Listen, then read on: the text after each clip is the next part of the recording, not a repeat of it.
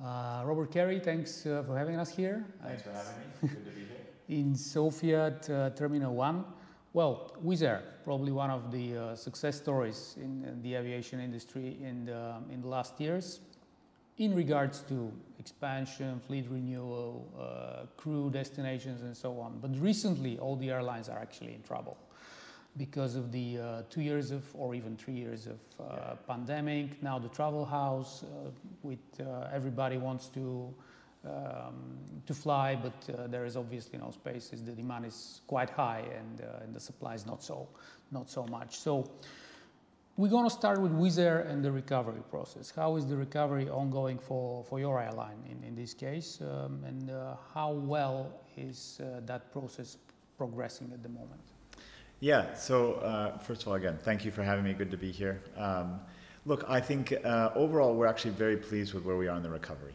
If you look at it pre-pandemic, Wizz had about 115 aircraft flying around Europe. Today we're flying 165 aircraft, so we've grown by 50 aircraft. Our passenger numbers are up 130% versus where we were pre-pandemic. Before the pandemic, we flew about 42 million passengers in the year. This year we expect to be somewhere between 55 and 60 million, so significant increase in the number of passengers. So from a recovery perspective, we feel we're way past the kind of where we were before and now into the future. And it's given us a real chance. I mean, the benefit for us is COVID gave us a chance to expand into places and add some growth that we wouldn't have otherwise been able to do. So I think notably, we've added in Italy, we grew our presence in London Gatwick, Albania was a market that came online, and also we launched Wizz Air Abu Dhabi. So we've had a real chance to grow the airline. Today we have 39 bases, whereas pre-pandemic we had 26. Actually, Wizz was probably the most aggressive airline during the pandemic. Was that because you had a lot of cash reserves just before the crisis started, or there was another reason? It was all pre-planned. Well, I wish we could say we had it all pre-planned, but no. I mean, we did have good cash balances going in. I think that's one of the principles that Wizz grew up with, is the importance of having cash. But I think also then we saw, at the beginning of the pandemic, when it was uncertain, was also recognized that it's a time of opportunity. In times of crisis, you can kind of try to shrink back and hide back in what's going on, or it's also a time when others are shrinking that you can go after making some moves. And I think that was one of the decisions Joseph and the management team made early on, is let's take advantage of this opportunity to really grow our footprint. And many airports saw airlines shrinking. That gave us opportunities to go grow that and get attractive deals and build new relationships we otherwise wouldn't have had access to. In global scale, so to say, in terms of Indigo and the partners and the investment company that is actually holding the shares of Wizz Air and also 5 other airlines, how important is Wizz in the European market? It's a good question. I think from in the European market, I think we've become a pretty important player over the last few years. I mean, I think you could argue pre-COVID, we were a little bit more confined predominantly in Central Eastern Europe. But if you look at it today with our 165 aircraft, almost 40 plus aircraft are based in Western Europe across UK, Austria, and Italy. We now have a growing presence in the East. So, and as we discussed earlier, I think had one of the fastest growth rates during COVID for a large airline, that has an established base of fleet. So I think that's really pushed Wizz onto the global scale, and not only global, but also especially in the European scale, as being one of the primary players in the market. We already mentioned COVID quite a lot of times, but COVID is now gone. It just disappeared. It came out of nowhere and it went nowhere. But we now have another crisis. It's the war in Europe, probably the largest conflict since the World War II. And at the same time, we're in a chaotic summer. What caused actually this chaos, this summer travel season? Was it the war, or it was many other processes that went one above the other? Yeah, I don't think it was the war that caused the chaos this summer. I mean, I think interestingly, what we saw from the conflict was an impact early on. So when it started in February, there was a downturn in travel for maybe a month. But by roughly 1 month, travelers had come back, they were buying tickets, they were traveling again. I think for Wizz, obviously, it was a large impact. We had about 7% of our capacity exposed across Ukraine and Russia that we had to redeploy overnight. But again, within a month, that had all been redeployed into new destinations and new flying, and ramped back up. I think if you look at the chaos of this summer, it's much more based on the fact of the infrastructure and the state the infrastructure is in. So, it breaks down a lot to the airports, security, and air traffic control. From a Wizz perspective, actually, we learned our lesson the last summer on crew shortage, where we did have issues where we didn't have enough staffing and had to adjust our plans. A year ago in September, we sat down, we mapped out the growth, and we hit every target we had laid out from there. But the key assumption we had made in there was a disruption level similar to what we saw before the pandemic, and this summer has exceeded that. I think, unfortunately, the state of infrastructure, when you look at air traffic control and everything, it wasn't spectacular before the pandemic. Investments were not made during the pandemic, and in fact, many air traffic controllers were laid off in key areas. And so, it takes 2-3 years to train a controller. Now, when the air traffic is back, we're at about 85%, 90% of where we were pre-pandemic as an industry. That's really starting to strain the system. I think the short-term, things around ground handling, security, that will get solved. That's just, I think airports didn't hire fast enough, but you can train ramp handlers and security staff relatively quickly. Air traffic control will be a bigger issue that I think will take some time to solve. So it's not just an infrastructure problem, but rather a people problem. And it's not only related to the infrastructure part of the aviation industry as a whole, but also airlines, airports, and the ATC as well. And you've said Wizz has learned the lesson from last summer, but at the same time there are crew shortages, obviously, this summer as well. What has caused that? Well, it was crew shortage, but more driven by the fact that we're facing greater disruption than we assumed. So when we do our planning, we assume a certain amount of delays in our planning. But if delays start to become too much, the crew is also sitting on the plane for the same number of hours, and they run out of time. That forces us to bring in extra crew to back them up. And if we don't have enough extra crew because the delays are getting too long, we're short crew. So we actually, based on the targets we had set, assuming we had delays that looked like 2019 or 2018, we would have been fine. The problem was that, when you get to the end of the delay and you've picked up, 2 hours of delays cumulatively through the day, that takes an extra set of crew that we don't have at that point, because it's more crew or more delays than we planned on. Okay, then we are going to jump to another topic that I was saving for later, but it's obviously hiring of more people and more crews. Wizz is expanding in that direction, and we're seeing an aggressive marketing campaign which aims to inspire new aviators and even people from the company to go up the ladder and become pilots and go into the cockpit. How is that process progressing? Yeah, it's become quite a almost an industry for us. If you look at it from last summer to this summer, we were at just under 4,000 employees last summer. This summer we have 6,500 employees. So that's a lot of growth we've put in.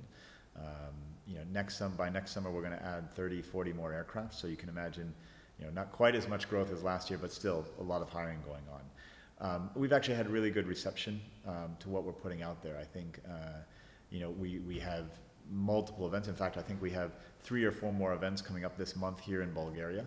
So anybody who's watching who wants to hire, come down to one of the events. But we're seeing good success there. As you said, we're a company that offers lots of growth opportunity. We're going to keep growing, and that not only that presents it as opportunities for our employees. We're offering internal programs, as you point out as well. We have a really successful cabin crew to flight deck program where we try to encourage cabin crew who are interested in becoming pilots to apply, and we support them in the program. We do a lot of cadet programs to help bring in new people to the industry and try and get them trained to come fly with Wizz. So we like to promote organic sources and hire in as much as we can. But at the same time, we might say that you're actually stealing flight crew who are type rated and can start flying quickly because of that crew shortage. Do you think that all the airlines were surprised by that rapid growth in demand during this summer season? I think some airlines were more surprised than others. I don't think we were so surprised by it. We saw it pretty consistently. I would think probably, by the way, if you asked Ryanair, they probably weren't too surprised by it. I think the legacy carriers were operating at very low capacity levels for the last 2 years. Probably were a bit more surprised at how quickly demand came back, and not just that they then kept the capacity in, but also the load factors that they started seeing come up quite a bit. So yeah, I think they were surprised, but we could see throughout that, you know, customers kept traveling. I mean, look at Bulgarians were very active in many respects during COVID as one of the countries that kept flying, and I think we saw this summer as the natural point when everyone would come back to traveling again, because it's been 2-3 years since many people have taken a trip. Speaking about people, again, the economy is in quite a bad shape at the moment for various reasons. The inflation is rising, prices as well, and so on. So what about benefits for the people who are working for you and the industry as a whole? What are your plans in that respect? Offering pay and remuneration rises and so on?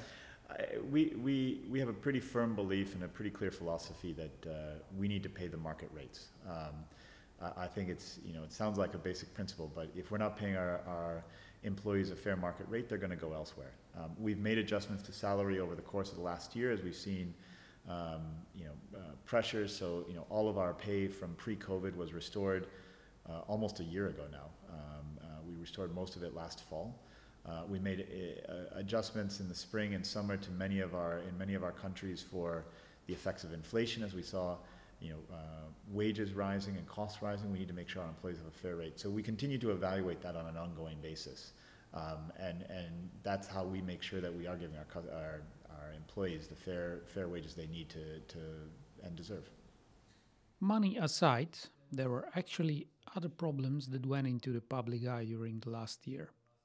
One of those we actually mentioned. There are constantly more employees that are working working on the edge. And obviously that is causing fatigue. That is also to be blamed for the current delays and cancellations. Current and recurrent training is obviously delayed as well because there is a bottleneck in capacity of the training centers.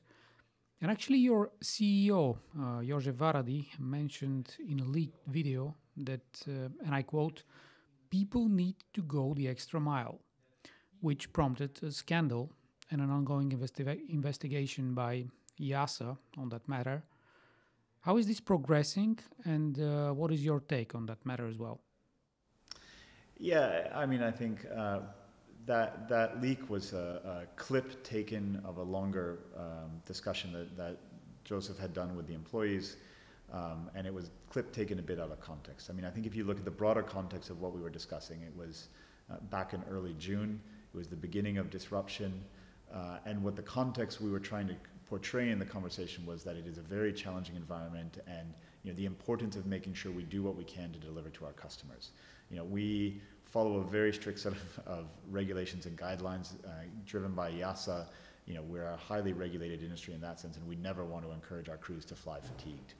That's not at all what we were trying to say. What we're trying to say is more generally that as we come out of this and as you know, the industry manages to reset itself and create an infrastructure that can deliver for our customers, we need to make sure that we are, you know, encouraging our customers and giving them a reason to get back on the plane and travel again, because it's not a fun experience when you go through the delays from a customer perspective. I think we saw, you know, overall we've seen throughout the Wizz crews are very dedicated to our passengers. We've had, you know, we have a very, very small percentage of crews that have calling in fatigue, because we really try to manage it with them and make sure we're not encouraging them to do anything unsafe. Compared to previous years, are there more fatigue reports now, and is that a safety concern for the airline? Yeah, it's not, I mean, it is a little higher as you're seeing with the kind of disruption, but that's part of our job to manage it. It's not materially higher, I wouldn't say. It's more a natural byproduct we would expect in this environment, and that's part of what, you know, when the crews are fatigued, we don't encourage them to come to work. We want them to rest. That's what they need to do. Having in mind all that you have already mentioned, what would that mean for the passengers in the shorter term, but in the longer term as well, regarding everything, from pricing to more route offerings and so on? It's a broad question. Well, let's start. I mean, let's start with disruption as kind of the first thing that I think customers can expect. I mean, I think, look, the beginning of the summer was absolutely rough for customers. We took action roughly early July. We took out about 5% of our capacity. It's never something we want to do, especially in the middle of summer when customers are trying to travel. You want to give them as many choices as you can. But We could see that we were having too many last-minute cancellations and too much impact to customers at the last minute that we said we need to pre-plan some of this, and that's been helpful. I think going forward, we're now working, to take some of the complexity out of our schedule and put in even more self-help measures, because we see, as we talked about, it's an infrastructure, it's a hiring problem that's not going to go away quickly. So we need to figure out and operate the best we can in that environment and make sure we're giving a consistent, reliable customer experience whenever you fly with Wizz. And that's what we're doing. So I think that part we're solving. I think the second part around then, the effect of the environment, macroeconomic factors that we're in right now, high fuel prices, risk of recession. Look, I think as fuel goes up, it is clear that yes, prices will go up over time. That's why my advice to anybody is always buy early and buy now. Always cheapest then. We're doing everything we can to mitigate that. So we've got the most fuel efficient planes out there, and we continue to invest in those new fuel efficient planes. That allows us to pass on more savings to the customer and make sure that relative to everybody else out there, we're going to give you the best fare on Wizz. And we're going to keep doing that. I think we'll do everything we can to mitigate the higher fuel prices that come in, but it is going to mean over time that prices would have to rise if fuel keeps going that direction. And then I think on route offerings and destinations, look, we're going to keep growing. We've got aircraft number 7 coming here to Sofia. Bulgaria is a market that we've continued to invest in throughout the pandemic.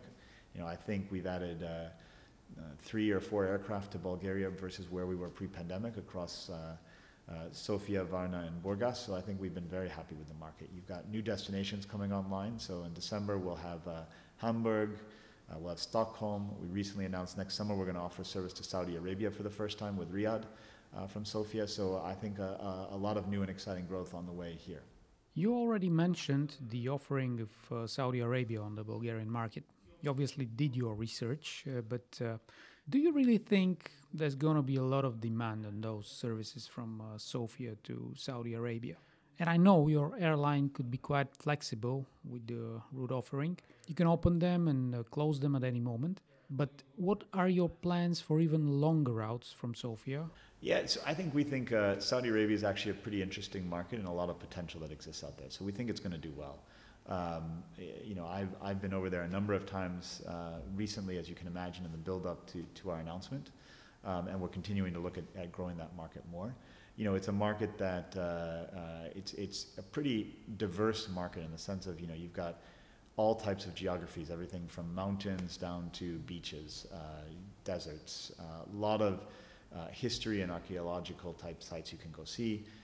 Big cities that have moved quite forward over the last number of years. So I think it's a very exciting destination, and it's going to be a two-way flow as well. We think there's also a lot of potential of Saudis, which is fairly young. It's a traveling, it's a fairly well-off economy that they're going to also want to fly and come explore places like Sofia in Bulgaria. So we think there's going to be a nice flow of traffic going both directions between the two.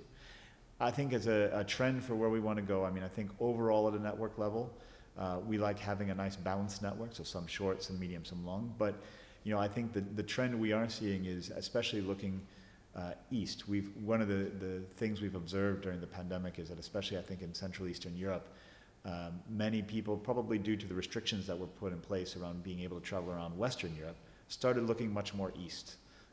And so we saw good response to our service into Dubai from Sofia, and that really caused us to start thinking about other opportunities we could look at from here to give people more of a portfolio of places they could go and travel to, because from many of the places in Central Eastern Europe, going east towards Saudi or Abu Dhabi or Dubai, it's maybe only an hour longer than going west to somewhere like Spain or Portugal. It's all very accessible. But that also creates a lot of opportunity for your subsidiary in the UAE, Yep. in Abu Dhabi. So what's in store for that part of the business? Yeah, it's one that we've been very excited about. It's what we like to call one of our COVID children, born of COVID. I think it's now, it'll be 2 years old this January. We've seen good response, especially with pandemic restrictions listed about a year ago. The airline is now flying 4 aircraft today. It's going to be growing to 8 aircraft over the course of this winter. Plus, we have a number of flights being operated by Wizz Air Hungary inbound into Abu Dhabi and Dubai as well. So, very good response out of the market there. And an increasingly diverse network. I mean, you see Wizz Air Abu Dhabi is now flying to places such as the Maldives. And I think if you would ask people a year or two ago, would Wizz Air be flying to the Maldives? I don't think that would have been on the radar. So a lot of interesting places that we're going to bring online there. It's a kind of a step into the networking model, but on a self-connect basis. So will you use this new Abu Dhabi base and the new airline there in order to connect Europe with the Far East, for example? I would say, look, we're going to stay a point-to-point airline. We think the point-to-point simple model is the best model because it allows us to make sure we're giving customers the cheapest alternatives out there because we're not adding complexity into it. That said, as you pointed out, we do see customers that are doing some self-connect in our network today. It's always kind of interesting when we announce some of these new routes, even like out of Abu Dhabi. Where we announced Maldives or other routes, and we'll look at the first couple of days which nationalities are selling most on the flights, and oftentimes it's Bulgaria or Poland or Hungary that seems to show up first in the list, which means customers are clearly getting there somehow. I think we will look at bringing a more let's call it complete self-connect product, so where you can actually easily look at options on our website and understand what's there, but it'll continue to stay a self-connect product. Speaking about subsidiaries, you have just set up a new subsidiary, Wizz Air Malta. What's the rationale behind this, and what kind of services will Wizz Air Malta offer and where? Or you're just going to move people and assets to this new airline base for purely economic reasons? Yeah, I think it's about diversity at the end of the day. So as we've talked about, we're going to keep growing. We have a pretty aggressive growth rate of 30 to 40 aircraft per year. Today Wizz Air Hungary is 140 roughly of our aircraft are based, maybe 130, 140 are Wizz Air Hungary. Over the course of the next to the end of the decade till 2030, our aspiration is to be 500 aircraft. We expect that 500 aircraft probably 250 to 300 will be based in the EU, and so we thought it was important to diversify out there because that's going to mean by that point we'll have two airlines that are the size of Wizz Air Hungary today if you have Wizz Air Malta and Wizz Air Hungary, and that was the background on why we did it and why we're launching Wizz Air Malta. And now with Brexit, what's in store for the future for Wizz Air UK? I'm going to sound like a broken record because I'm going to say more growth coming, but no, I think Wizz Air UK, as you point out, the first subsidiary outside of Hungary that came in, really set up as a necessary piece with Brexit coming that we had to put in place there. But you're going to see more growth coming. I think Wizz Air UK today, has bases across Gatwick, across Luton and Cardiff. We've had really good response to the product, and you've seen new diversity coming out of those markets. Gatwick was added in this year with. Really grown this year from 1 aircraft to 5 aircraft we have based over there right now, plus a number of flights going inbound. We've been actually very happy with the performance over the summer of all those markets, so you're going to see more growth there. Luton was always a nice market for us flying inbound from Central Eastern Europe. We've since added a number of services flying everywhere from Turkey to Spain to Portugal to Morocco, and again, the UK traveler recognizes the value the Wizz product brings and so likes flying with us, and we're going to keep growing that product with them. For Wizz UK, is it more focused on the leisure travel, or do you see a rise in business passengers as well? So the positioning of the airline is most on the tourist market, or more destinations around Europe are used more now for business travel? It's not heavy business traveler yet. I think if you look at the bulk of our network, I'd say kind of the Central Eastern Europe pieces, we do hit some markets. Interestingly, we do have some new business traffic coming in, with some of the new markets we've added in, such as Vienna, Milan, Venice. We have basically all the major Italian markets now connected into London, and that is starting to pick up some. The other segment, though, that I think is interesting when you look at it that we are picking up is some new VFR passenger type flows out of the UK. Because being a UK airline, we can access new markets where we don't have bases. So you've seen, for example, we fly London to Tel Aviv as an example. We have services from London to Morocco, which are also, yes, part leisure, but also picking up some VFR traffic flows as well. And you're going to see, let's just say that we've got a few more markets lined up that you should see coming online soon. He's one of those, and I know you are tired of answering this question, the American market, because UK is perfectly positioned for transatlantic flights and routes. And now there is a low-cost airline from the US that started flying to London already. That's JetBlue with their A321LR and also the XLRs that will come later as well. Is that on the radar for Wizz Air? I know Joseph Varadi is always cancelling that question altogether, but what would you say about it? Nothing's changed there. Still no on that one, unfortunately, if you're looking to get to the US on Wizz. No. Well, that's unfortunate. Well, I mean, unfortunately for the customer, I guess, not so much for me. Look, I think, is the US a big market, and could we serve it out of the UK? Yes. I think that said, we see it as a market that's got very different characteristics. It's got a lot of competition going over there, and we see actually there's a number of other markets that have, let's say, equal amounts of opportunity and maybe less service today. So if you look, with the XLR that's coming online, as you point out, we could go from UK all the way basically towards Pakistan.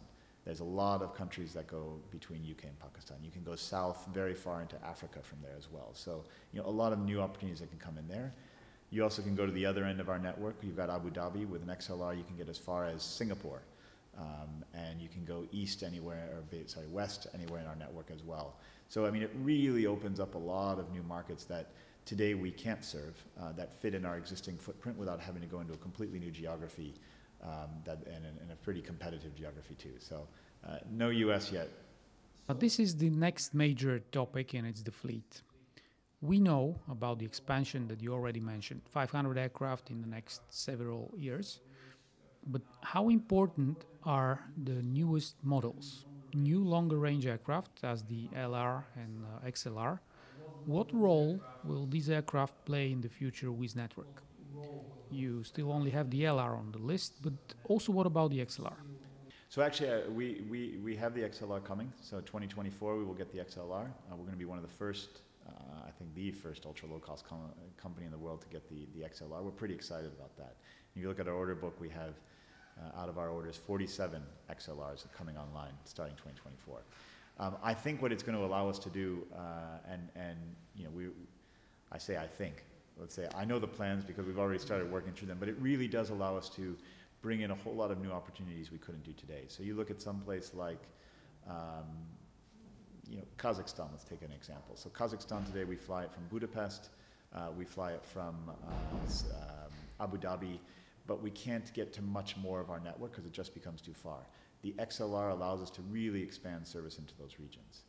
You look at the UK market, we can't really get farther than Tel Aviv and kind of the, let's say, extreme western side of the Middle East today. With the XLR, we can get all the way across to Abu Dhabi, and basically the whole Middle East comes into play. So, while I think it's only part of our fleet plan, clearly, coming forward, because we're, it's going to be 47 out of the fleet of 500, so, call it 10%. But it's going to be a pretty important part in allowing us to continue to bring new markets online and new levels of service to our customers, which we're pretty excited about. That sounds as quite an ambitious and even audacious plan for global expansion of Wizz Air, and maybe just Australia will still stay on the size of that. I don't think Australia will make it on yet. It's a little bit far to get over there. What about the positioning of these aircraft? What will be the main bases which will see their range quite substantially expanded? Yeah, so we've actually already started modeling out the network. It's interesting when we do our models, excluding the US even. When we look at it, we can easily see demand for 80 plus XLRs fitting into our existing network footprint and bringing in line new markets. So a lot of opportunities out there. I think, look, we haven't revealed where the XLRs are going to go yet. I think I would, but as you could see from the examples I gave, I think, you can look at the extremes of our network fit very well with the XLR, but also in the middle, even places, some of our bigger bases, Sofia, Budapest, Bucharest. I would expand and elaborate on that question, because we can see that certain markets have quite larger density than others, but at the same time, longer routes may not see the required demand for such large aircraft. Yeah, we're going to make it a little, honestly, it'll be a little bit competitive inside our network as to where the XLRs are going to go. I think there's a couple principles we'll have early on at least, which are we do need to build a little bit of scale around them when we first put them in the market. I mean, we don't want to have one XLR spread over a lot of different bases because that'll just create operational complexity and challenges. So we'll look to put a little bit of scale to have at least, you know, a minimum of 2 or 3 probably in any base that we put them into so we can have some reliable operations. But no, beyond that, I think we're staying fairly open right now as to where can we make sure we can have the scale for the operation, we can have the right cost structure and operating models supported, and we have the traffic rights to access these. From what you've said, it seems like you're quite happy with your partnership with Airbus. What's in store for the future in terms of that partnership, and what do you think about the issues that Airbus is currently having with certain airlines involving, of course, other types of aircraft, obviously? But at the same time, you're about to have one of the largest Airbus fleets in the world in the coming years. And, okay, first, let's answer that question, and I will continue afterwards with more. All right. First parts first. So look, yes, I think Airbus has been a very good partner for us. We work very closely together. I think, you know, we've done our part to work with them. You know, we continue to take deliveries during the pandemic. They've done their part to support us in trying to, you know, making sure that we get our aircraft as close to on time as possible. I think that said, you know, the supply chain issues that are out there are hitting both Airbus and Boeing these days. And, you know, we don't think that necessarily that's going to get fixed anytime soon. It'll get fixed eventually, but it's just going to take some time. So we do expect there are going to be some delays, but we continue to work closely with Airbus to try and mitigate that to the largest extent possible. And no plans whatsoever to part times with the A320 family? No, I think we're very happy with it. I think especially the A321neo, I don't think you can get a better aircraft today. I mean, it's really comfortable from a passenger perspective. I think, you know, I get a lot of questions actually about, you know, how am I going to sit in an XLR for 6 to 8 hours, you know, kind of service. But, you know, regularly I fly today on 5-6 hour segments going into Abu Dhabi, Dubai. As you can imagine, I have to go over there fairly often. And, you know, it's a very comfortable experience. It's a brand new cabin, nice onboard environment. You know, we have great crews on board. So I think that's great. And you've got a cost position from that aircraft that's unbeatable. So, no, we're super happy with the 321neo platform and with our relationship with Airbus. Is there any discussion within Wizz about offering a new cabin product, a new high-end product, as, for example, and I would mention again, JetBlue? Yeah, they've definitely gone to the upper end. No, I think, look, we're going to stay true to being an ultra-low-cost carrier, and that means, you know, going in with a dense product, giving 239 seats. And by the way, the other reason is we want to make sure we have commonality across the fleet so that we can, as need be from an operations perspective, swap the regular 321neo with an XLR if we need to for operations. A larger fleet will mean more challenges with the maintenance of your aircraft. How you would tackle this, let's say, problem for the airline based on partnerships or internally within the company with your own MRO arm in the future? Yeah, I mean, I think, as you point out, we're going to be a growing airline. I think our partnerships and our, let's call it, relationship management with our partners is becoming an increasingly important topic we see, especially with, you know, as we talked about, all the challenges that exist in supply chains today. We think the more we invest in those partnerships and those relationships, the better we'll be able to outperform our competitors in the market. I think that said, we are going to stay focused on partnership models as the way to go. I think, you know, we're really good at being an ultra low cost airline. We're going to stick to really being an ultra low cost airline and working with the experts and the partners in other areas that really know their fields well, and that way we can really make sure we're bringing the best product to market for everyone. Are you planning to bring in new partners or suppliers going forward? So if you look at our supplier relationships today, I mean, obviously Airbus is a big supplier on a grand scale from a fleet perspective. You know, from an MRO perspective, we work with a number of different players. Lufthansa Technik is one that we have in some places. We have relationships with Storm Aviation, FLT. I mean, there's a number of providers out there that we work with. You know, really whoever can give us the best product and the best costs and best service quality in each market is where we have our partnership. Now the leisure part. Okay. What's your story, your personal story with aviation? You've seen a lot of that industry, being in Delta, in EasyJet, in various roles, and now in Wizz Air.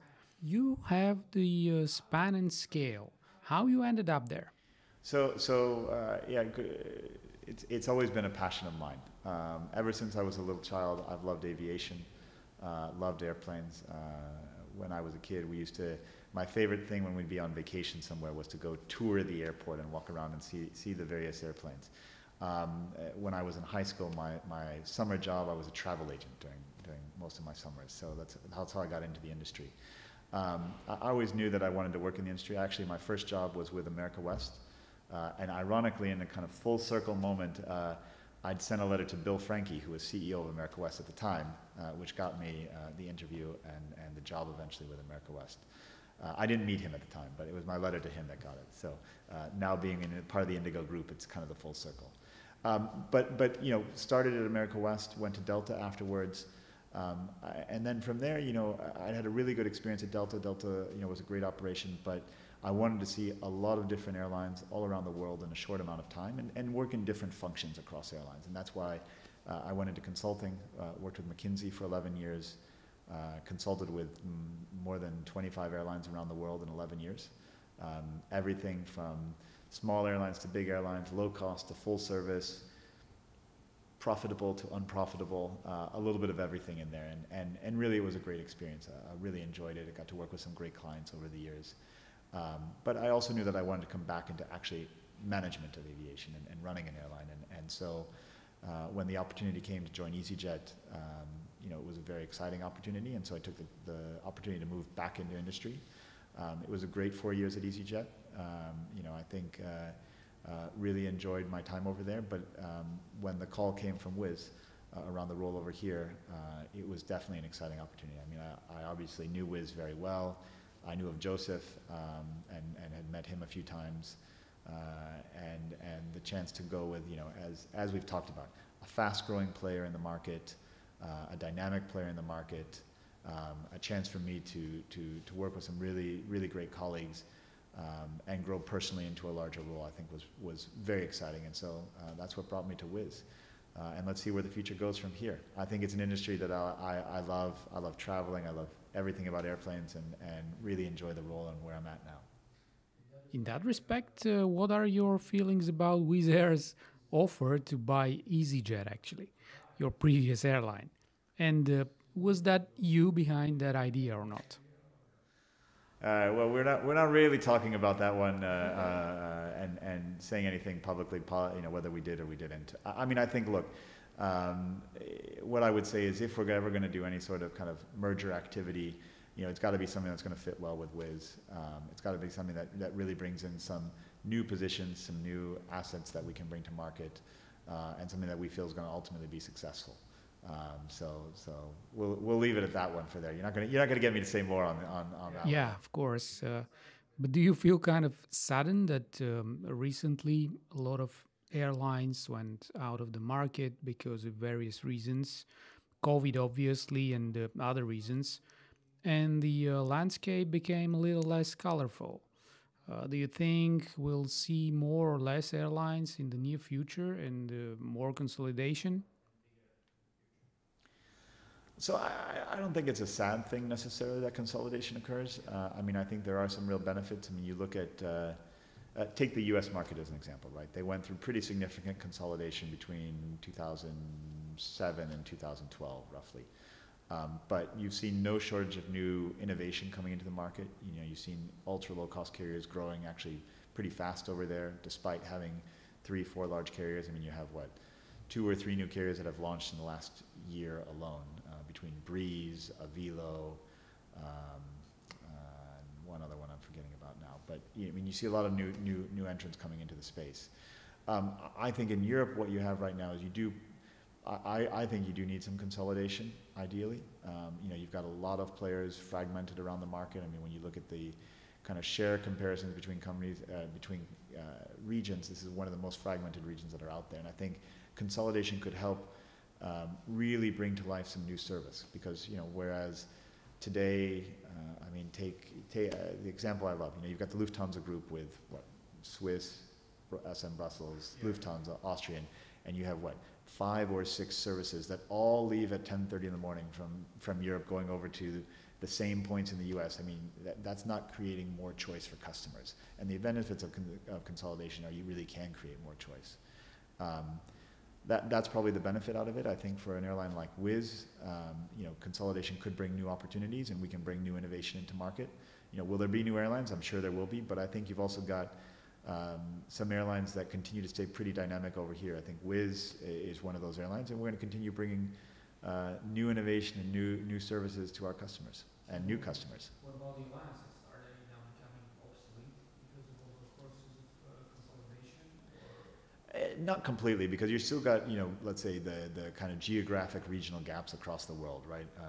You've still got, no way to really merge a US and a European and an Asian airline together. So I think in that sense, partnerships will be. I think the alliances per se are becoming a little bit weaker as you see more individual partnerships popping up in different places that transcend.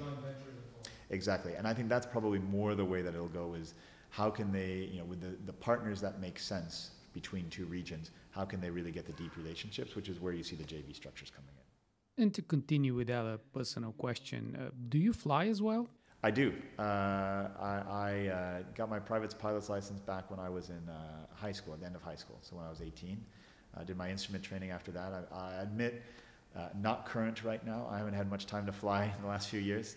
I've been flying too much around on the Wizz network, going to see all our different bases, but I love flying. And I do that even regularly now. I mean, when I fly around on the Wizz network, many times I'll ride together with the crews and have a good chance to chat with the crews, see how they're feeling, and really get the pulse there. And what about your spare time outside of aviation, or it takes most of your time? There's not much spare time these days. Aviation is a pretty all-encompassing thing. But look, no, I have a family back, we're all living in Budapest now, really enjoying it. So 2 daughters and my wife. Love traveling around, it's part of what I do. The other thing I love to do, I do love exercising as well, get out, like going running, and then the drums. I'm a musician. So I grew up learning how to play drums, percussion, and that's kind of my spare hobby on the side.